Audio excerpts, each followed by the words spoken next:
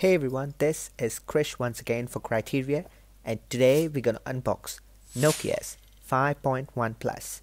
Let's get started. With the comeback, which did not seem that obvious, Nokia did break the iceberg. But since the comeback, there hasn't been much, as in like the so-called Nokia before. With a huge trust base, especially in India, expecting the brand to deliver, Nokia's 5.1 Plus finally seems to be a good move going further. So with the traditional retail packaging, here is the Nokia 5.1 Plus. Let's quickly cut down the packaging and see what are the contents available inside the box.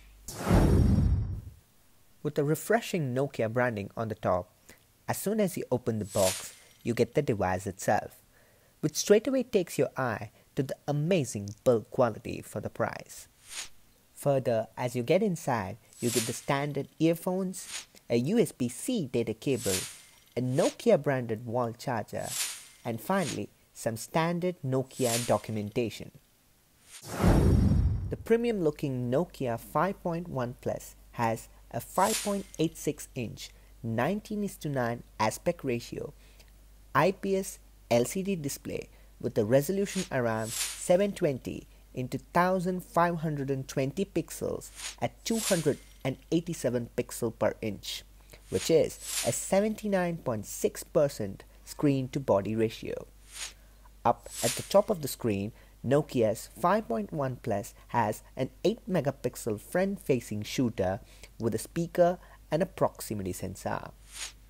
At the back, with the fingerprint sensor, Nokia's 5.1 Plus has a 13 and 5 megapixel dual camera with single LED flash.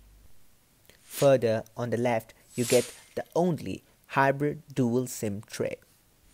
On the right, you get the volume rockers and the power button.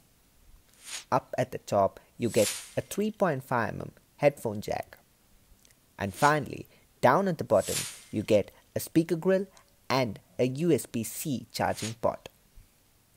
On the inside, Nokia's 5.1 Plus is powered by MediaTek's Helio P60, a 12nm chipset, which is an octa-core processor clocked at 1.8 GHz, with Mali G72 GPU. This Nokia 5.1 Plus has 3 GB of RAM and 32 GB of internal storage, which is expandable up to 400 GB.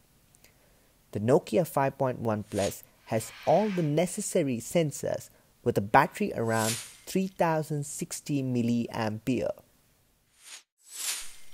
All in all, cheers to HMD Global with one of the latest MediaTek processor, which in fact was the first to come up with dual voice over LTE support, and an Android One program with almost zero bloatware. Nokia's 5.1 Plus seems to be an impressive bet in the particular price segment. So I will be back with the complete review of the Nokia 5.1 Plus in another video. Until then, if you have any further questions or queries about the particular device, you can drop them in the comment section below. And as always, if you like my content, consider subscribing and also click on the bell icon to get notified each time I upload a video.